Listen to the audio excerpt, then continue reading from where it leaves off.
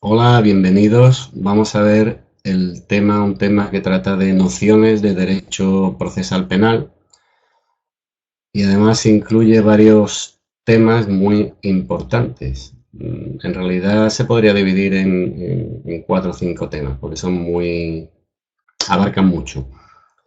Tenemos derecho procesal penal, tenemos la parte que habla de la detención, tenemos la policía judicial, que ya es bastante un tema para tratarlo más despacio, el habeas corpus, etcétera, etcétera, etcétera. Entonces, pues bueno, vamos a verlo en dos partes. El derecho procesal penal es el conjunto de normas jurídicas que regulan la actividad del órgano jurisdiccional y de las partes, fijando las normas a seguir a lo largo de todo el proceso penal. Las fuentes del derecho procesal penal pues son fuentes directas, escritas, la Constitución y la ley, y las fuentes indirectas, no escritas, que son la costumbre y los principios generales del derecho, y las escritas, la jurisprudencia.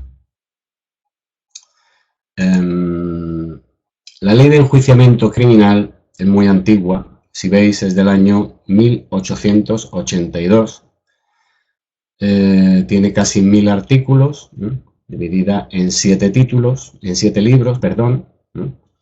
Y, hombre, evidentemente, a lo largo de estos años, pues lo que se ha ido haciendo ha sido modificarla, adaptarla. Muy importante, jurisdicción y competencia. La jurisdicción es la potestad que el Estado otorga a jueces y tribunales para cumplir con su deber de hacer justicia, es decir, para juzgar y hacer ejecutar lo juzgado. Eso es la jurisdicción. La jurisdicción es única y se extiende a todas las personas, a todas las materias y a todo el territorio español. Es decir, existe una unidad jurisdiccional. Esta unidad jurisdiccional es la potestad, es que la potestad jurisdiccional está atribuida únicamente a los jueces y magistrados, que son los que integran el Poder Judicial, con exclusión de cualquier otra jurisdicción o tribunal que pudiera crearse. Sabéis que antes existían los tribunales de honor, etc. Sin embargo, la jurisdicción militar es la única jurisdicción especial que permite nuestra Constitución. Esto es la jurisdicción. Y la competencia se refiere al conjunto de facultades y derechos de cada órgano jurisdiccional para conocer de determinados asuntos con preferencia o exclusión de los demás. Es decir, la competencia es competencia para conocer de un asunto, con preferencia o con exclusión de los demás. Entonces, esta competencia puede ser de tres clases. Puede ser objetiva, es decir, delimita qué tipo de órgano jurisdiccional es competente para conocer de un asunto concreto en función de la materia. Por ejemplo, en temas de terrorismo, pues entenderá la Audiencia Nacional. En función del delito, de la gravedad del delito, si son penas castigadas, son delitos castigados con penas de más de 5 años, de más de 9 años, pues entenderá un tribunal u otro. Y también la competencia objetiva es en función de quién es el responsable, porque sabéis que hay personas aforadas que tienen que ser juzgadas, los diputados y demás tienen que ser juzgados por el Tribunal Supremo. También la competencia puede ser territorial, indica qué juez o qué tribunal es competente dentro de los de la misma categoría o clase, en función, como ya veremos, de dónde se cometa el delito, etcétera, etcétera. Y también la competencia funcional. ¿Por qué? Pues porque hay varias fases del proceso penal y entonces la competencia funcional determina qué órgano jurisdiccional es competente en cada fase, en la fase de instrucción, en la fase del proceso oral y la sentencia.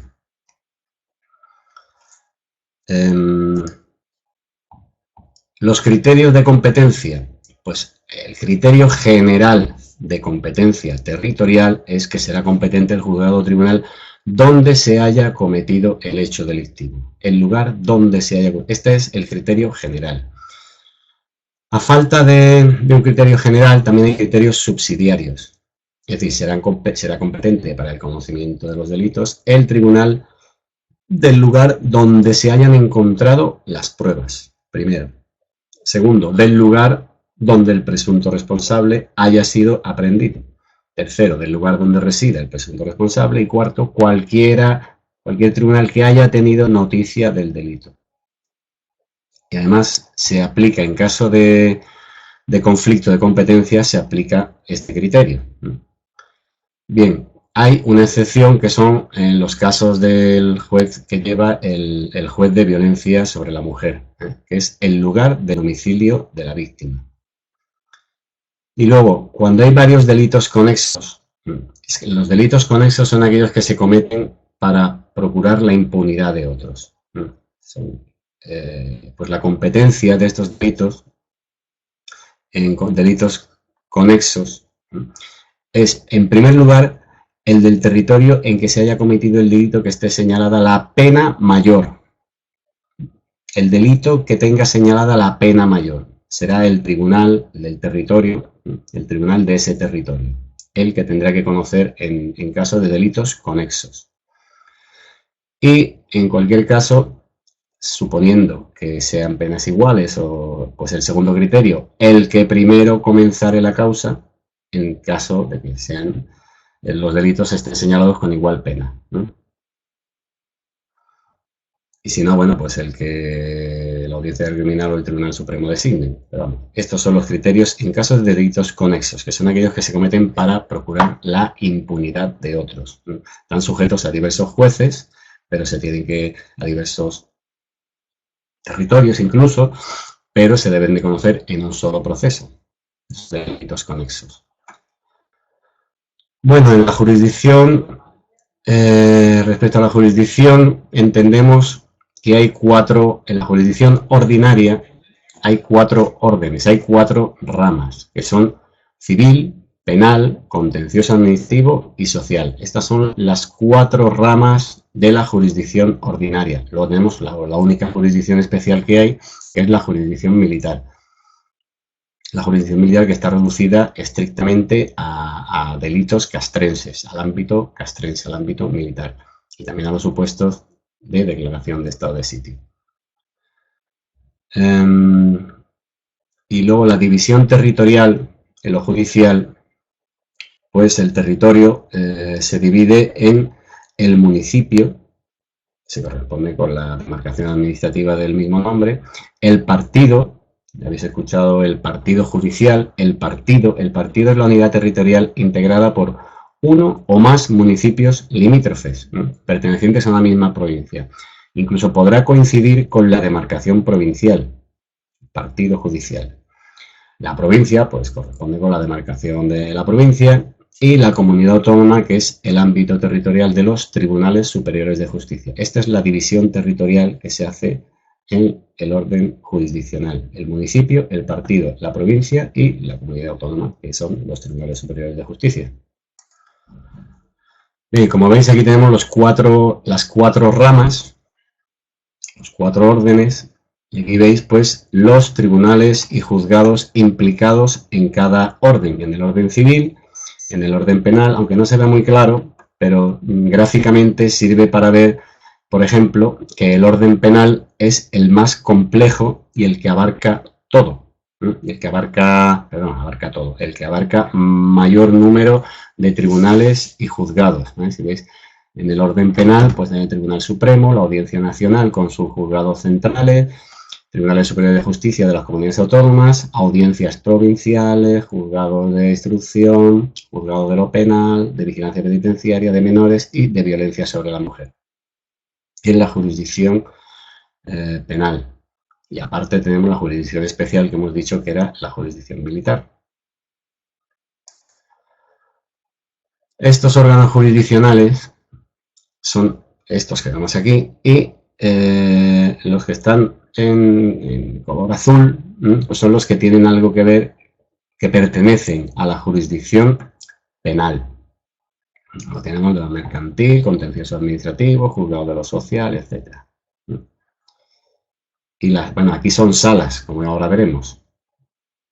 Aquí hay salas de lo penal, el Tribunal Supremo tiene salas, ahora lo vamos a ver.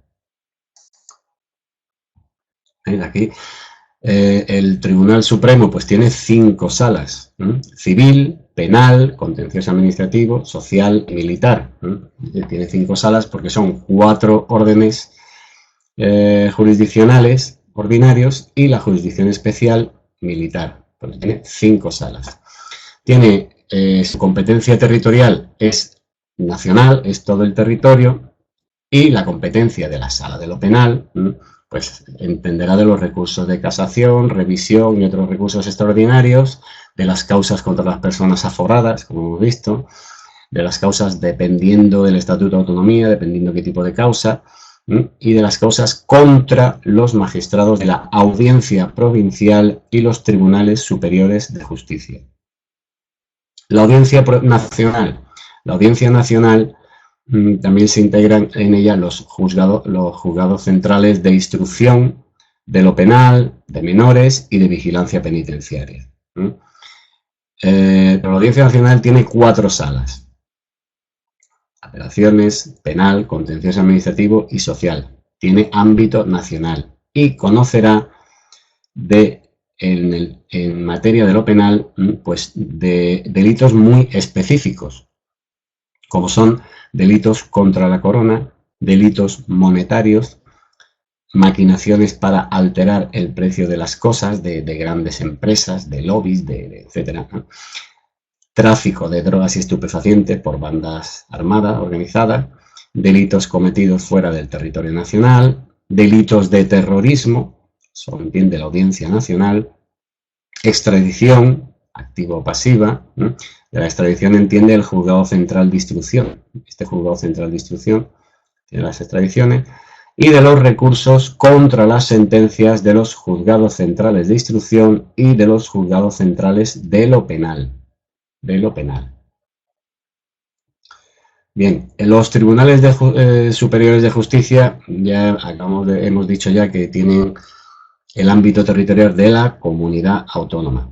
Los tribunales superiores de justicia tienen 3 salas: civil, penal, contencioso administrativo y social. Y hay salas, bueno, en cada comunidad autónoma incluso hay salas con jurisdicción limitada a algunas provincias. Bien. ¿De qué entienden los tribunales superiores de justicia en el orden penal? Pues de causas previstas, algunas causas previstas en los estatutos de autonomía, causas contra jueces y fiscales de la comunidad autónoma, recursos de apelación contra resoluciones de la audiencia provincial y del tribunal del jurado, cuestiones de competencia entre órganos, etc. La audiencia provincial, en el ámbito de la audiencia provincial se encuentra el tribunal del jurado, que luego veremos un poquito más detallado. La audiencia provincial, pues tiene la sala civil y penal. Como su propio nombre indica, audiencia provincial, pues la competencia territorial es la provincia, aunque puede haber secciones en otras poblaciones de la provincia. Bien, ¿de qué entiende la audiencia provincial en materia penal? Pues de los delitos de más de 5 años de prisión, de los recursos de apelación de los juzgados de instrucción, penal, de menores, etcétera, y de las cuestiones de competencia de los juzgados de su provincia. Luego tenemos los juzgados, ya estos son órganos unipersonales. Antes hemos visto, son órganos colegiados, son magistrados los que componen estos tribunales, y aquí vemos órganos unipersonales, es decir, un juez. Empezamos con la alergia que me está matando. Bueno,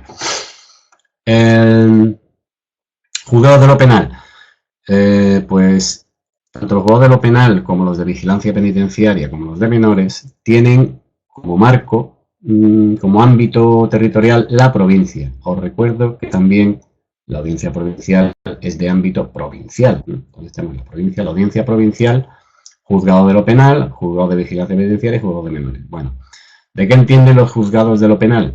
De los delitos que tengan una condena de menos de 5 años de prisión o una pena de multa de menos de 10 años.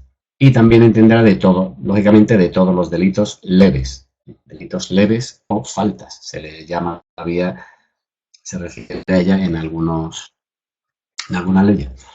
Juzgado de vigilancia penitenciaria, pues ejecución de las penas privativas de libertad, etcétera, etcétera, etcétera. Tema de vigilancia penitenciaria, control de la potestad disciplinaria, en fin. Y los juzgados de menores, pues delitos de los menores. Luego tenemos el juzgado de instrucción, y los juzgados de violencia de mujer. Juzgado de instrucción y juzgado de violencia de la mujer tienen como ámbito territorial el partido judicial. Y el juzgado de instrucción, pues, la instrucción es la primera fase en los procedimientos de los órganos jurisdiccionales, ¿no? Entonces, entienden de la instrucción de las causas por delito cuyo enjuiciamiento corresponda posteriormente a la audiencia provincial o a los juzgados de lo penal. El juzgado de instrucción instruye la primera fase, que es la fase de instrucción, y luego, dependiendo del tipo de delito, se lo pasa a la audiencia provincial o al juzgado de lo penal. Y también, dependiendo del tipo de delito, en delitos leves, el juzgado de instrucción, en los delitos abreviados, en los procedimientos abreviados, el conocimiento tiene la competencia del fallo en los juicios por faltas, los juicios de falta, juicios por delito, lo que antes se llamaban juicios de falta son juicios por delitos leves. Porque se le da la oportunidad al encausado de, mire usted, si aquí se dicta tal, pues se va a ahorrar abogados, se va a ahorrar costes, se va a ahorrar, antes de que pase el tema, si es un delito leve, al juzgado de lo penal. Delitos abreviados, pues si se está de acuerdo, el fallo lo puede dictar el mismo órgano de instrucción. Como he dicho, conocerán de los delitos leves, tienen que conocer del procedimiento de habeas corpus, que es la puesta en libertad la solicitud de puesta en libertad cuando hay una detención ilegal, que ahora veremos, y tiene que entender pues el primero que entra, el primero que entra a entender del tema, que es el juez de instrucción. Y por ejemplo la autorización a la entrada y los domicilios, competencias del juez de instrucción. Y los juzgados de violencia de la mujer abarcan todos los delitos contra la mujer, el cónyuge, pareja o sus descendientes, es decir, los hijos. Antiguamente, antes, los juzgados de paz tenían competencia en delitos de faltas, pero después de la reforma del año 2015, pues se le ha quitado la competencia al juez de paz. Ya entran directamente los juzgados de instrucción.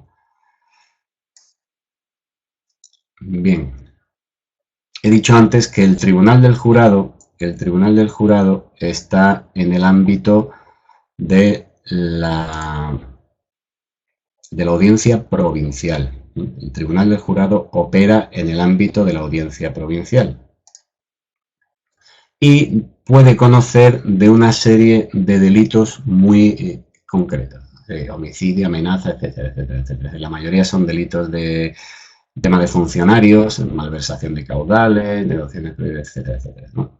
Pero bueno, aparte de homicidio, amenazas, omisión del deber socorro, allanamiento de morada, incendios forestales, casi todo lo demás son delitos que pueden cometer funcionarios o gente relacionada con el funcionariado. Y estos delitos pues, pueden ser enjuiciados por el tribunal del jurado, ya dicho, en el ámbito de la audiencia provincial. El tribunal del jurado lo integra un magistrado y 9 jurados. Se necesitan 7 o más votos para declarar la culpabilidad y se necesitan 5 o más votos para declarar la inocencia. No se pueden abstener de votar y la votación será nominal en voz alta y por orden alfabético. Bien, el procedimiento del jurado, pues en la fase de instrucción, hay 3 fases, se puede decir, que es la fase de instrucción, una fase intermedia y finalmente el juicio y al final la sentencia. Entonces, en la fase de instrucción y fase intermedia sería el juez de instrucción y una vez que está instruida la causa se pasa al tribunal del jurado, ya hemos dicho en el ámbito de la audiencia provincial, que será donde se realice el juicio oral y se dicte sentencia. La sentencia, lógicamente, la redacta el magistrado presidente. El jurado se constituye ordinariamente en el ámbito de la audiencia provincial, otra vez lo vuelvo a repetir, pero por razón de aforamientos puede constituirse en el Tribunal Superior de Justicia o en el Tribunal Supremo, por razón de aforamientos, nunca en la Audiencia Nacional. Y bueno, hay muchas exclusiones a la gente que puede formar parte del jurado, pero entre ellas, de los diputados, mucha gente, todos los políticos, etc. Entre ellas son los miembros de las fuerzas y cuerpos de seguridad no podrán formar parte del jurado. Hay Entra dentro de esta serie de personas que tienen la incompatibilidad. Bueno, aquí os he hablado ya de que si el procedimiento abreviado acelerado y tal. Bueno, pues estos son los tipos de procesos penales que hay. Un procedimiento ordinario es un procedimiento que tiene estas fases de las que he hablado, fase de instrucción o sumarial, la fase sumarial, que el que entiende es el juez de instrucción. Luego pasaríamos a una fase intermedia, el juez de instrucción ya se le ha pasado el sumario a la audiencia provincial o tribunal que corresponda, en casos normales la audiencia provincial, donde la audiencia provincial, si le convence la instrucción está bien hecha, le corresponde a la audiencia provincial, pasará al juicio oral y la sentencia. Si la audiencia provincial considera que no es asunto suyo, pues se lo devolverá al juzgado de instrucción para que lo remita, o lo remitirá a quien corresponda, o si considera que no está bien instruido, que tiene lo que sea, pues en fin. Esa fase intermedia es de decisión, si decide si sigue para adelante o se lo pasa el caso a quien corresponda. Este es, en condiciones, este es el procedimiento ordinario, el normal, digamos, el alargado, ¿no? Normalmente el procedimiento ordinario es el que se da en la audiencia provincial para penas de más de 9 años. Ahora, cuando las penas son de 5 a 9 años, pues hay un procedimiento abreviado. El juez de instrucción, pues efectivamente hace lo mismo, instruye y se lo pasa a la audiencia provincial para penas entre 5 y 9 años. Y si son las penas están castigadas con menos de 5 años, entenderá el juzgado de lo penal. El procedimiento abreviado, audiencia provincial, cuando las penas 5 a 9 años, juzgado de lo penal, penas de menos de 5 años. El procedimiento abreviado acelerado puede entender el juez de instrucción, o puede pasárselo, puede entender el juzgado de lo penal para penas de menos de 5 años. Y evidentemente solo se puede dar si se cumplen determinadas condiciones. Bien, luego tenemos, como hemos visto, el procedimiento del jurado, del ámbito de la audiencia provincial, y solo algunos tipos de delito, el procedimiento por delitos leves, que realmente son lo que son juicios de falta, que realmente prácticamente se puede decir que es el procedimiento abreviado acelerado que remata el juzgado de instrucción. Y los procedimientos especiales, que son pues, el Tribunal Supremo, Tribunal Superior de Justicia, para aforados. Bueno, pues varios tipos de procedimientos según la necesidad de que se alargue, de en fin, la complejidad que tenga el caso, etcétera, etcétera. Y sobre todo en función del tipo de delito y de los años con que esté castigada la pena. En el juzgado de instrucción se consideran primeras diligencias. Es decir, ¿qué son las primeras diligencias? Hay que practicar las primeras diligencias. Pues las primeras diligencias son, primero, dar protección a los perjudicados, ofendidos y a sus familiares. Ahora, consignar las pruebas del delito para que no desaparezcan, recoger y poner en custodia cuanto conduzca a la comprobación de las pruebas, identificación del delincuente y detener a los presuntos responsables. Estas son las primeras diligencias. Primera, dar protección a los perjudicados y a sus familiares y recoger las pruebas. Segunda. Bueno, la acción penal. He visto por ahí preguntas de test relacionadas con qué es la acción penal, cuándo comienza la acción penal, cómo. Bueno, pues la acción penal es aquella que se origina a partir de un delito y que supone la imposición de un castigo al responsable de acuerdo con lo establecido en la ley. Es el punto de partida del proceso judicial. La acción penal es el punto de partida del proceso judicial. Como he dicho, se origina a partir de un delito, evidentemente. En este sentido, la acción penal es pública en el sentido de que todos pueden ejercitarla, todos los legitimados. Y en cuanto a su inicio, bueno, pues puede que sea pública o puede que sea privada. Pública, pues, cuando inicia el Ministerio Fiscal, etc. Y es privada por denuncia o querella. Es privada cuando son delitos contra la propiedad o contra el honor, sobre todo contra el honor, que solo pueden ser denunciados a instancia de parte o a través de una querella, como ahora luego comentaremos algo de esto. Como veis aquí, la diferencia entre una denuncia y una querella. Una denuncia, pues es una declaración que actúa una persona y pone en conocimiento de un juez o de la policía los hechos que considera que pueden constituir un delito, unos hechos que pueden constituir un delito. Sin embargo, la querella es una declaración por escrito para poner en conocimiento del juez unos hechos que cree delictivos, donde solicita la apertura de una causa criminal y donde el querellante puede intervenir como parte acusadora. En la denuncia no puede intervenir como acusación, ¿no? El querellante puede intervenir. Las personas capacitadas para poner una denuncia, bueno, pues prácticamente cualquiera, ¿no? El que presenciare o tuviere conocimiento de la perpetración de cualquier delito, y además dice, estará obligado a decírselo al juez, al fiscal o a la policía. Sin embargo, la querella puede ser interpuesta por cualquier ciudadano español independientemente de que haya sido o no ofendido por el delito, y en el caso de los extranjeros solo si son directamente ofendidos por el delito. La forma que toma la denuncia se puede realizar por escrito o de palabra ante funcionario correspondiente, y debe ser, eso sí, debe ser firmada, pero bueno, puede ser por escrito o de palabra. Esto, cuidado, que es una pregunta que suele caer, ¿eh? En diferencia, la denuncia puede ser, tiene que ser por escrito con abogado y procurador. Bueno, la denuncia puede ser por escrito o de palabra. Y la querella tiene que ser por escrito y es necesaria la intervención de abogado y procurador. Se debe dirigir al juez haciendo constar, en fin, todo, las diligencias que deben practicarse. Se necesita, como son delitos contra el honor, se necesita antes de llegar a juicio una certificación que acredite que ha habido un acto de conciliación para evitar el juicio. Y requiere fianza, pero si el ofendido y los familiares están exentos de depositar una fianza. Bien, en cuanto a la denuncia, bueno, la querella, para que se inicie el proceso es necesario que se presente la querella, tratándose de delitos no perseguibles de oficio. Sin embargo, la denuncia, pues es el juez el que decide qué acciones va a realizar. Y la querella cesa, el querellante puede desistir en cualquier momento de la querella, puede desistir. Sin embargo, la denuncia, una vez realizada, está ya en manos del juez, es el que decide qué acciones tiene que realizar. Y no puede cesar, una denuncia no puede retractarse, una denuncia falsa constituye un delito.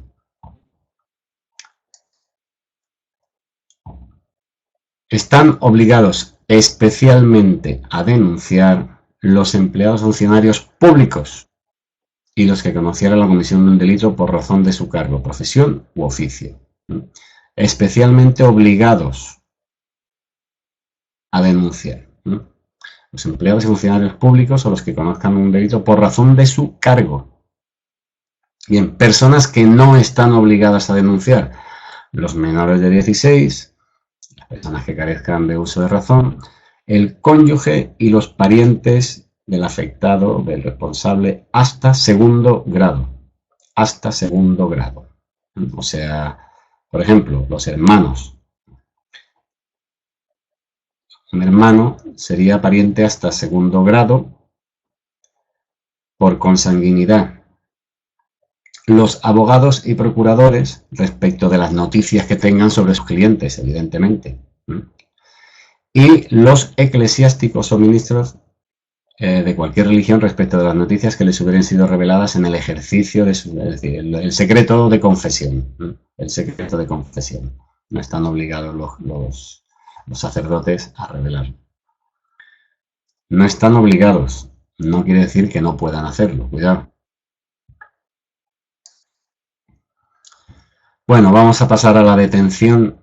La detención es la restricción temporal de la libertad de una persona que se presume responsable de la comisión de un hecho delictivo llevada a cabo por autoridad, funcionario de policía judicial o incluso por un particular, con el fin de asegurar su presentación ante la autoridad judicial competente. Es una restricción temporal de la libertad que se puede llevar a cabo por autoridad, funcionario de policía judicial o particular. Cuando es ordenada por autoridad, juez, la detención es una medida cautelar. Una medida cautelar personal que consiste pues, en la privación temporal. La detención es una privación de libertad temporal, de la libertad ambulatoria. Como información, he añadido aquí, no se considera detención, bueno, pues cacheos, controles policiales, test de alcoholemia, detenciones momentáneas de vehículos, diligencias de identificación, que te pidan la identificación, etcétera, etcétera, etcétera, o apertura de un equipaje. ¿Quiénes pueden detener y cuándo? Pues cualquier persona, como hemos dicho antes, cualquier persona puede detener al que intentare cometer un delito, al delincuente infraganti, cualquier persona. Y también se puede detener, pues de aquí para abajo, estos son prácticamente reos en fuga o en rebeldía, al que se fuga de la cárcel, al que se fuga al ser conducido a la cárcel, al que se fugase detenido, preso, etcétera, y al procesado condenado que estuviera en rebeldía. Vale, todos estos son presos fugados, reos en fuga o rebeldía y tal. Lo más normal, que también los puede tener cualquier persona. Ahora, cualquier persona puede detener al delincuente infraganti o al que intentare cometer un delito.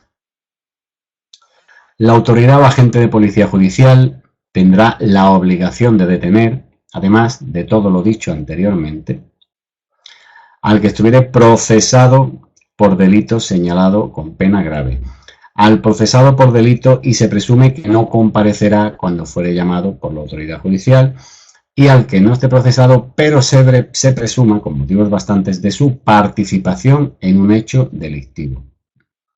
Estos son los casos que, además de los anteriores, tiene la policía, agente de policía judicial. Derecho del detenido y plazos de detención. Bueno, aquí siempre hay una pregunta que cae, que si cae, suele caer muy a menudo, que son lo de las 72 horas. Vamos a verlo despacio. La detención será de forma que menos perjudica al detenido en su persona, reputación y patrimonio. La detención preventiva no durará más del tiempo estrictamente necesario. Esto es una de las maneras de preguntar cuánto durará una detención preventiva, y una respuesta es 72 horas. Otra respuesta, no durará más del tiempo estrictamente necesario. Pues no durará más del tiempo estrictamente necesario. 72 horas es el límite, el tiempo máximo. Pero en realidad la detención no durará más del tiempo estrictamente necesario. Bueno, recordamos el artículo 17 de la Constitución Española, toda persona tiene derecho a la libertad y a la seguridad, ¿no? Y el tiempo máximo, pues otro, hay que ver cómo se ha hecho esa pregunta de test, ¿no? Tiempo máximo de detención son 72 horas. Después de esas 72 horas, al reo hay que ponerlo en libertad, al presunto responsable hay que ponerlo en libertad o hay que ponerlo a disposición de la autoridad judicial. Estas 72 horas hay excepciones. Por ejemplo, sobre elementos terroristas y bandas armadas, después de las 72 horas se puede prolongar. ¿Cuánto? El tiempo necesario para los fines de investigación, pero hasta un máximo de otras 48 horas. Siempre es el tiempo necesario, no durará más del tiempo estrictamente necesario. Ahora, ¿cuál es el límite? Pues el límite en este caso, 72 horas, se puede prolongar hasta otras 48 horas. Y en el caso, otro caso excepcional son los casos de estado de excepción y sitio, pues se puede prorrogar hasta 10 días. Bueno, aquí abajo he metido un cuadrito que realmente los plazos de detención son, primero, el tiempo estrictamente necesario. Segundo, los menores, 24 horas. No se les puede detener más de 24 horas. Si no, se pone en libertad o a disposición de la autoridad judicial. Para los mayores de edad, máximo 72 horas. Los terroristas, si tenemos 72 horas, que son 3 días, más 48 horas, 5 días. Y estado de excepción y sitio serían 10 días. Es decir, como veis aquí, los menores sería un día, los mayores de edad sería 3 días, terroristas 5 días y estado de excepción y sitio se permite detener hasta un máximo de 10 días. Plazo máximo de detención, porque el plazo es la detención, repito porque lo he visto en muchos test y cae mucho la gente, es no durará más del tiempo estrictamente necesario. Bueno, los derechos del detenido, pues toda persona detenida debe ser informada de sus derechos de forma inmediata y de las razones de su detención. Y no puede ser obligada a declarar. Ahora, el detenido además tiene derecho a guardar silencio, a no declararse culpable, a un abogado, a solicitar asistencia jurídica gratuita, a acceder a los elementos esenciales para, bueno, esto será, normalmente es el derecho que ejerce la defensa, el abogado, a poner en conocimiento de algún familiar o persona que lo desee el hecho de su detención y el lugar donde se encuentra. Los extranjeros solo comunicarán pues en la oficina consular de su país. A comunicarse telefónicamente con un tercero de su elección en presencia del funcionario. Y lo que pasa es que no queda claro cuántas veces se puede comunicar el detenido. Pero tiene derecho a comunicarse con un tercero de su elección. Respecto a los extranjeros, ser visitado por las autoridades de su país, ser asistido gratuitamente por un intérprete o, por ejemplo, personas sordas, ser asistidas pues, por un traductor. A ser reconocido por un médico forense o por cualquier otro y a solicitar el habeas corpus. El habeas corpus solicita la interrupción de una detención ilegal. Y eso es un caso que hay que verlo, como veremos ahora, inmediatamente. Y luego los detenidos estarán separados los unos de los otros, teniendo en cuenta la pena y tal, la edad, el sexo, etcétera, etcétera, etcétera. Bueno, en principio los derechos del detenido debe ser informada inmediatamente de sus derechos, de las razones de su detención y no puede ser obligada a declarar. La detención por delitos leves, por faltas, es excepcional. La detención por un delito leve es excepcional. Si no nos detendría un delito leve, pues es una infracción de tráfico. Si no nos detendrían por hacer por aparcar en donde no se debe aparcar o por cualquier cosa. La detención es excepcional. Dice la ley de enjuiciamiento criminal, no se podrá detener por simples faltas, a no ser que el presunto reo no tuviese domicilio conocido, ni diese fianza bastante, etcétera, juicio de autoridad. Bueno, respecto de la detención de militares en activo. Bueno, quien practique la detención dará cuenta inmediata a los jefes del militar detenido, sin perjuicio de que éste tenga que comunicar con sus superiores y decirle que está detenido. Ahora, no obstante, si el militar se encuentra en un servicio, se encuentra en servicio de armas, iba a decir dentro del cuartel o en servicio de armas, otro cometido militar, solo se puede llevar esa detención por sus jefes. Solo lo pueden llevar a cabo por sus jefes, que son los que lo tienen que relevar primero de ese servicio de armas. Entonces, por lógica. Y esto es, bueno, hay una excepción, a no ser que se hubiera cometido un delito flagrante y estuviera fuera del alcance de dicho jefe. Es decir, yo estoy de servicio de armas, yo estoy de guardia en un sitio, me escapo, me monto en mi coche, me voy, atraco un banco con mi arma reglamentaria y me trincan. Bueno, pues si me cogen, pues estoy fuera del alcance de mi jefe, estoy en delito flagrante. Pero en principio, en condiciones normales, es así. Y si se encuentra en un recinto militar, pues se le solicitará pues al jefe.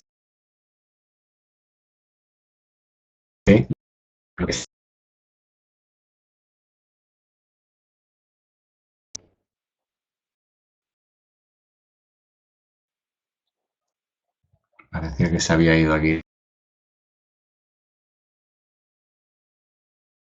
la,